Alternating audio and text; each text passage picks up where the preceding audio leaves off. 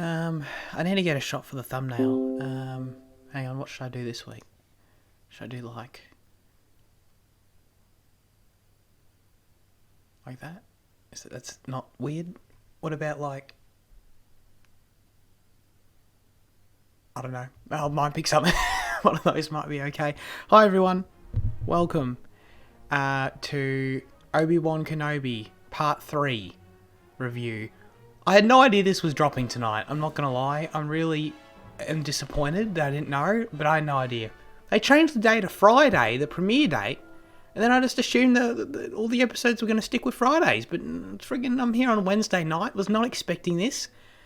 Friggin' getting late night, Wednesday night. Zach at his rawest here. So yeah, they dropped an episode, Part 3. It happened. I watched it. And I've got some thoughts, as you'd expect. Why else would I be doing this? Part 3 of the show. I liked it. I don't want to like give the impression like I'm about to start shitting on it or something. It was definitely my least favorite episode so far. Definitely a lot of clunky stuff. Definitely a lot of questionable, weird execution moments and stuff. But still a lot of stuff I liked as well, and a lot of cool details. And yeah, the show, I think, like, is starting to expose more of its faults as we go, but its strengths remain. So it's sort of just maybe balancing out a little bit. I only finished it like, I wanted to give myself a bit of time to sit with it, and by a bit of time I mean like, I don't know, it's probably been about an hour now. So there was a lot of crazy stuff. I don't know. Where do I even start? Darth Vader. Let's start with Darth Vader. He came in right away, right where we left off with episode 2. Really cool scene, seeing him be assembled. Hayden there and the makeup and stuff was cool. Then we see his castle, which looked glorious. On Mustafar there, I love that. And James L. Jones doing the voice. Hang on, I just realised I meant to watch the credits and see his name pop up. I didn't see his name pop up. But it was him. It was totally him. You can tell. Oh my god, imagine if I'm wrong about that. I don't want to like fact check myself right now. I'm so confident. I'm not going to fact check myself. It's 100% him, right? Oh my god, if it's not him, it's like the best impression anyone's ever done, because they usually sound a little bit off. I think it was James. Anyway, I can't believe I didn't check. He's there in full force in this show. Not a lot of like, you know, oh, let's get it. Let's only use Vader sparingly. Let's use him in little scenes. Dude, he's just a presence in this episode throughout the entire thing, and I'm glad about that. I'm glad that they're not, you know, being very selective, and they're not like being ultra careful. You know what I mean? Like, it's obviously Vader's a sacred character. You got to be careful, and make sure everything's very deliberate with him, of course. But you know, I'm glad that it's not like, let's just leave it at 1 or 2 scenes. Like, he is very much a character in the show, which I like. And yeah, the scene, Obi-Wan right at the beginning, ending off episode 2, the continuation of that was really good. I don't know, like, he's little, I don't know how nitpicky some of this stuff is gonna sound, but like some of the little execution things, like Vader's little throne room is kind of weird looking. I don't know, but you know, whatever. We got to see Fortress Inquisitorius in all its glory, which is really cool. Reva showed back up there. And everyone is on Obi-Wan at this point. Everyone is hunting him. Vader knows. And it's full force hunting Obi-Wan this episode, which was cool. Obi-Wan goes to this really cool planet. I quite liked it. I've already forgotten its name. But it was this cool mining planet. I really liked it. It gave me sort of Western vibes. And most of the stuff that we spend time here with Obi-Wan and Leia, I really enjoy. I enjoy their back and forth. Leia's growing on me. I think she's cute. I think she's got fun lines and stuff and cool moments. I particularly like the moment where, like, Obi-Wan's like, you don't talk. And then she just runs up and starts talking, which, like, I don't know, I just thought it was really cute. And, like, she totally owned it, though. Like, she nailed it. She made 0 mistakes. And then it was freaking Obi-Wan who ended up slipping up and calling her Leia on the transport, which was obviously a botch. But, I I know, like, my reaction to that scene, like, I can see people, this is just me, don't know what anyone else's opinion is on this, but I can see people being, like, pissed off at that, and, like, Obi-Wan would never do that, and I get it. Like, if you were watching that scene and your genuine reaction, like, the instant the scene hit, was an eye roll, then fair enough, like, I see it. My instant reaction was, oh shit, oh no. Like, it worked for me. There's no real reason, but the scene worked for me. Obi-Wan's really rusty. That is one thing thematically that I talked about a bit last time. Ewan's phenomenal. I don't need to keep saying it.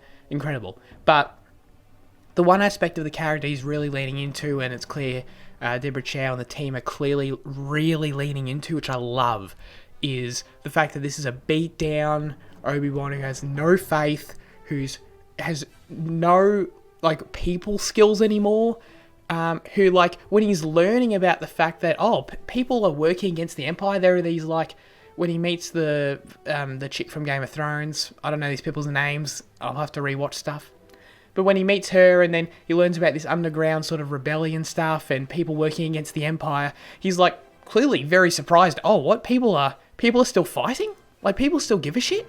You know what I mean? Like, he's so beaten down and has lost his total touch with reality and clearly has no skill, totally rusty on everything, that's really clear, and I think they're doing a great job showing that, and it's cool that he's, like, clearly this series is, like, him, you know, it's about him turning from that broken dude who's lost everything, has PTSD, into the wise old Alec Guinness Jedi Master, you know? Alec Guinness had zero problems whipping out his lightsaber, you know what I mean? So Obi-Wan's going to become that in the next 3 episodes, and I'm excited for that. So he's finding his hope again. He's finding all his skills. It's all building back up, which I really enjoy. I don't know. Overall, I guess I was surprised by the episode in terms of how quickly it moved. I thought it had interesting pacing, just particularly where you sort of might expect this 6-part series to go. I liked the stuff on the mining planet. I liked that one shot where the stormtrooper got cut in half by the fence. That was really cool. There's probably little stuff I'm missing. But I particularly was very, very surprised. Like, really cool scenes when, you know, Obi-Wan, they're hiding out, and Leia, they go into the little cabin with the Game of Thrones lady. And, yeah, it's like I said, there's been Jedi here before. Shout out to Quinlan Vos. Quinlan's been here, Obi-Wan says. And she's like, oh yeah, he helps out a lot. And I'm like, dude, that is awesome. That is awesome. I love that so much. Shout out to Quinlan Vos for just being a cool ass dude. And he's alive, which is great. But the moment where, like, sort of you're like, oh shit, this is happening. Like, what? The moment that's like, that gives you that sort of feeling in the episode is when the Inquisitors turn up in the town, of course. But then Vader's there too. Like, and you're like, what? Like, really? Like, he just walks around the corner, and you're like, oh, shit. Like, you sort of think, okay, the Inquisitors are going to come, and maybe they're going to fight, or they're going to track down Obi-Wan, and maybe they're going to capture Obi-Wan and bring him to Vader, or whatever. Dude, Vader's not mucking about, you know what I mean? Vader's like, Obi-Wan's on this planet, dude, I'm the first one there, you know? I'm going to kill this dude right now. So Vader comes around the corner. And this is where, like, there's a lot of stuff thrown at you. The pacing goes wild, the execution goes wild, and it's like, simultaneously some stuff I absolutely love, and some stuff that's like, what? Like sort of happening all at once. And I would need to, like, actually have the scene in front of me and be breaking it down. I'm going to try my best. But basically, Vader comes in. Yeah, I assume he senses Obi-Wan. Obi-Wan feels his presence walking across the street, which is awesome. And you, like, his face is like, you can't believe that this is happening. It's a great performance. But Vader comes walking down the goddamn street, dude. And he is just murdering these town people, like, with the Force. He's just, like, pulling them out of their houses. He snaps the one dude's neck with the Force, and I'm like, holy shit, that is wild. Like, I had a reaction to that when I was like, oh my god. That shit was crazy. I love that. He was just brutal. Any doubt about, you know, them sort of going a bit soft on the Vader stuff was alleviated in that second. That might be the most violent thing I've ever seen Vader do. And there's been a fair few violent things. But that was crazy. And then, yeah, it sort of just the episode turns a bit, like, sensory overload for me at this point, where it's like, Obi-Wan Like, Leia and Game of Thrones lady run through the tunnel. Cool.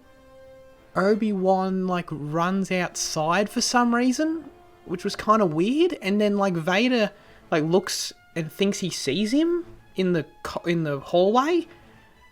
This is weird without demonstrating it, but if you've seen the episode, you know what I'm talking about. When, like, Obi-Wan's, like, peeking around the hallway for some reason. I don't know, I've got no idea why he ran outside. He said he was trying to draw him away, which makes sense, but, like, the way it was played was sort of weird as to, like, Vader did see him, right?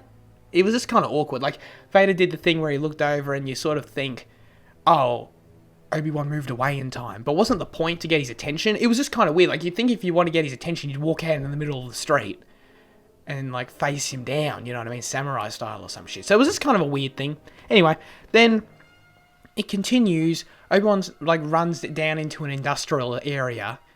Or, like, I don't know, like, areas with, like, mining and, like, lots of, like, mounds and materials and shit around. I don't know. And Vader's tracking him. So it's like, okay, yeah, he knows. And it's like, they proceed to ignite their lightsabers and fight and stuff. There was a weird little moment where, like, Obi-Wan, like, he runs into Vader and Vader's already standing there. Vader ignites his lightsaber and it's like, oh shit. And then Obi-Wan sort of just, like, starts awkwardly, just turns around and runs around the corner. And I was like, what? And then Vader just, like, puts his lightsaber back in and just keeps walking. It was sort of weird. I didn't really get that. But anyway, they actually start fighting. They proceed to have this kind of awkward fight, which, don't get me wrong, like, it's not like I expected them to start busting into incredible Revenge of the Sith choreography, you know what I mean? It wasn't like a situation where, like, expectations were, you know, too high or whatever, but it was just kind of a clunky little exchange they had. I don't know. Like, I appreciated that it was really obvious, especially compared to lots of the other lightsaber fights we've gotten in Star Wars. It was really obvious they were holding, like, actual lightsabers that... They were holding actual lightsabers. They were holding, like, actual blades that emitted light on the actors' faces. Like, there was no visual... Like, you could actually see, like, the lighting was all on point and in camera, which was cool. So I appreciated that. But... I don't know, the fight sort of felt clumsy, and the way it was edited together and, like, the score just didn't really fit. It was sort of odd. Like, the score felt like it was just sort of doing its own thing. Like, the music was just going along like it was sort of any moment in the episode, to me. And then, but it was meant to be like but we're watching Obi-Wan and Vader clash lightsabers. You know what I mean? Like, for the first time in 15 years. It was sort of like, it was kind of weird. So, I don't know, the execution in a lot of these moments, these little moments throughout the episode, is questionable to me. It feels a bit clumsy. But, like, I really like what they're going for, though. Like, because it's really obvious now that the fact that they fought so early in the series is surprising. No doubt. And that's cool, because they're going to fight again. And it's going to be neat. And I remain very hopeful that the next fight is, like, the real fight.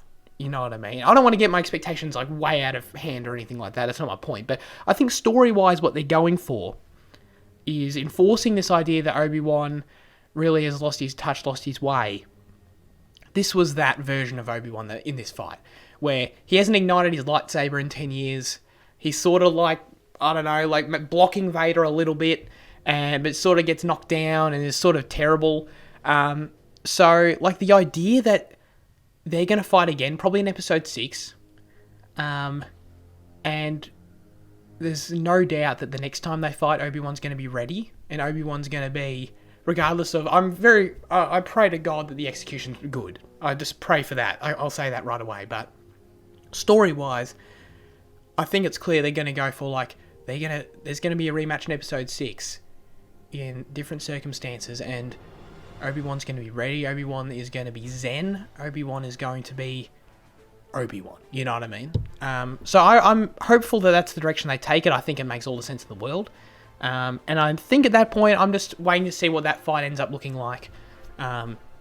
So yeah, I like everything story-wise. Conceptually, in the script, these ideas with the characters, I think, are really good. I just want to see... I want to see it on screen a bit more, you know, is sort of my main criticism with that at the moment. But getting right back to, like, stuff that I think's really neat. There's probably, like, other small things I'm forgetting, which is a bummer, but, like, the fact that Vader, like, corners Obi-Wan and his whole thing is he wants to burn him like Obi-Wan left him to burn and die. And I'm like, holy shit, that's awesome. That I did not see that coming. I don't know why. Like, that makes perfect sense. Vader, like, sets up the whole thing. He freaking grabs Obi-Wan with the Force and just and the second he ignites the ground with, I don't know what all that stuff on the ground is, coal. I don't know what it is. Space coal. When it all ignites, and I'm like, oh my god. And he, like, starts, like, putting him down into the fire. I'm like, that is brutal and that is genius. I don't know who thought of that, but that was great. And Obi-Wan gets all burnt and shit for a second. And he's burnt at the end of this episode, which is cool. Like, I never really considered or thought that there would be, like, physical repercussions for Obi-Wan in the show. And it's cool. Like, he's burnt and shit. Obviously, like, it's, you know, he's fine. But I think that's cool. I like that a lot. So the fact that Vader tried to do that, really messed up. Really cool. And then just another weird little sort of awkward moment of execution again right here at the end when, like, a Game of Thrones lady, like, sets the explosion off and creates the separation between Obi-Wan and Vader. Really cool shots when Vader was standing there against the fire. Like, that looked awesome. Love that. Cinematography's great in the show. Like, it's, is it Chung... I forgot his name. I don't know. He's, like, very renowned cinematographer doing this show. I can't remember his name. My apologies. But the show's really great in that department. But just another weird sort of I don't know, moment in the episode was when, like, all the flames go up. But then it's like, we've lost Obi-Wan. And then the fifth brother's like, oh, shit, we'll never find him now. And I was like, wait, what? Isn't he just, like, on the other side of that fire? You know what I mean? That was just, it was weird. It was meant to be this big thing of, like, they got away. But I'm like, did they? I mean, he's like unconscious, and it's just like the Game of Thrones lady and the droid are sort of just standing there. I'm like, really? I don't know. That was kind of weird. So yeah, I don't know. I think that sort of covered it. I was like, I didn't mean to, like, break down the third act of the episode scene by scene and moment by moment there, but yeah, that was cool. That was cool. The stuff. What other stuff was there? Like, Reva continues to be pretty cool. I like Reva, like, with a hesitant sound in my voice, I guess is the best way to put it. Like, I think she's cool. I think she's got potential. I like that her whole thing, I know it might be a bit simple. I like her whole thing is, like, she's, you know, entitled and she's, like, aggressive and she basically just wants to impress Vader at any cost. I think that's cool. I like that. This episode didn't give me much more of her, though. Like, my opinion hasn't really changed a lot since last time. I'm still waiting for, you know, I assume there's going to be something more with her. I'm hopeful for that, in terms of why she's so desperate to get this Grand Inquisitor spot. That's what she's after. I like the idea that the Inquisitors now, the Grand Inquisitor is a whole nother topic I could probably spend 20 minutes on, and what the hell's going on there. But I like the idea that the Grand Inquisitor spot is empty for the moment, and the Inquisitors are all trying to vie to impress Vader and get the chair. Like, I think that's cool. I like that sort of plot and story elements and stuff. So I think that's kind of neat. But overall, my opinion hasn't changed much on her. I'm hopeful she'll evolve a bit more in the next episodes, and we'll see more of her. Yeah. So I don't know. We're gonna go to that planet Jambi. Jambi? Is that what Game of Thrones lady said at the end? We're going to another planet. So This series, I don't know, Leia was captured. I don't know where that's going. I really like the conversation between Obi-Wan and Leia. I didn't mention this in the last review. It was the one thing in the last review I wish I mentioned was I really loved the Padme shout-out. How Obi-Wan reminds Leia of Padme. That was really nice. I mean, especially compared to, like, you know, connecting that to the Clone Wars version of Padme is much stronger than, like, Obi-Wan remembering Natalie Portman, who did literally nothing in Revenge of the Sith. But, so that was cool, and I liked the conversation between Obi-Wan and Leia when they were sitting in the back of the transport, and Obi-Wan, like, has a brief moment where they're both connecting over their family, and Obi-Wan has a brief moment where he understands Leia, you know, the Jedi are his family, but he had his own family, and he mentioned he thinks he had a brother but can't remember. Like, that was a really sweet touch. We've never really thought about that with Obi-Wan, never had that explored at all, of what was Obi-Wan's life, you know, before he was dragged into the Jedi like everyone else, you know. So that was a really nice little scene, I thought. Oh yeah, I did say the Grand Inquisitor. I won't go on about it, but I will just say this. I'll throw this out there. In the last review, I was like, oh, the Grand Inquisitor's obviously alive. Now I'm like, the Grand Inquisitor's almost definitely alive. If that makes sense. There is a sliver of doubt now as to what are they doing? Just because, and the only reason, I'm still 90% sure that the Grand Inquisitor's alive and that'll end up being a thing, and that's fine. And canon will remain safe, everyone. Calm down, it'll be okay. I'm 90% sure. But the only thing that sort of made a sliver of doubt in this one was the fact that I thought they'd address it immediately. Like, I thought in the first 5 minutes of this episode, you'd get a shot of the Grand Inquisitor being wheeled away or getting medical attention or some shit. They don't show him at all. Like, for all I know, he's still just bleeding out there on the friggin' planet. You know what I mean? So, that was the only thing where I'm like, what are they doing? But we'll wait and see. We'll wait and see. Overall, you know, still, this is the weakest episode. Fair few criticisms in this one for me, but I really like the vibe of the show. There are so many strong points. If you're a Star Wars fan, this is just stuff to eat up. I don't know if this is, and this episode I felt this in particular, I don't know if this is like top tier quality TV. Like, if you're just a TV watcher, you know, you like Star Wars, but it's not your thing really. Like, I don't know if I would necessarily say you have to watch this show, you know. But this is just amazing Star Wars content for Star Wars fans that is really enjoyable to spend more time with these characters, and a lot of ideas that are really, really interesting and really cool that I want to see how they continue to evolve throughout the next few episodes. And more than anything, because, you know, this is a limited series, I really love how the titles of the episodes are just in parts, to make it really just feel like a 6-part film, which I really like. So in that respect, you know, it's so much fun doing this weekly, and so much fun like sitting with the episodes on a weekly basis and thinking about them and, you know, chatting with your friends about them and all that sort of stuff. I love doing that.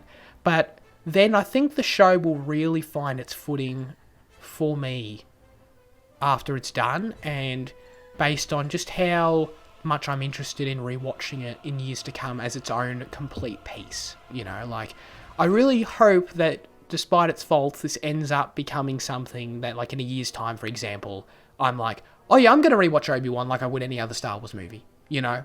Like, I really hope that ends up being the case. But only time will tell. So we'll see how it all plays out. Alright, this was a bit of a longer one than I thought. I'm sorry about the hair. I feel like my hair is giving Anakin vibes tonight. Do you agree? Let me know in the comments. And I'll see you next time. Thanks. See ya.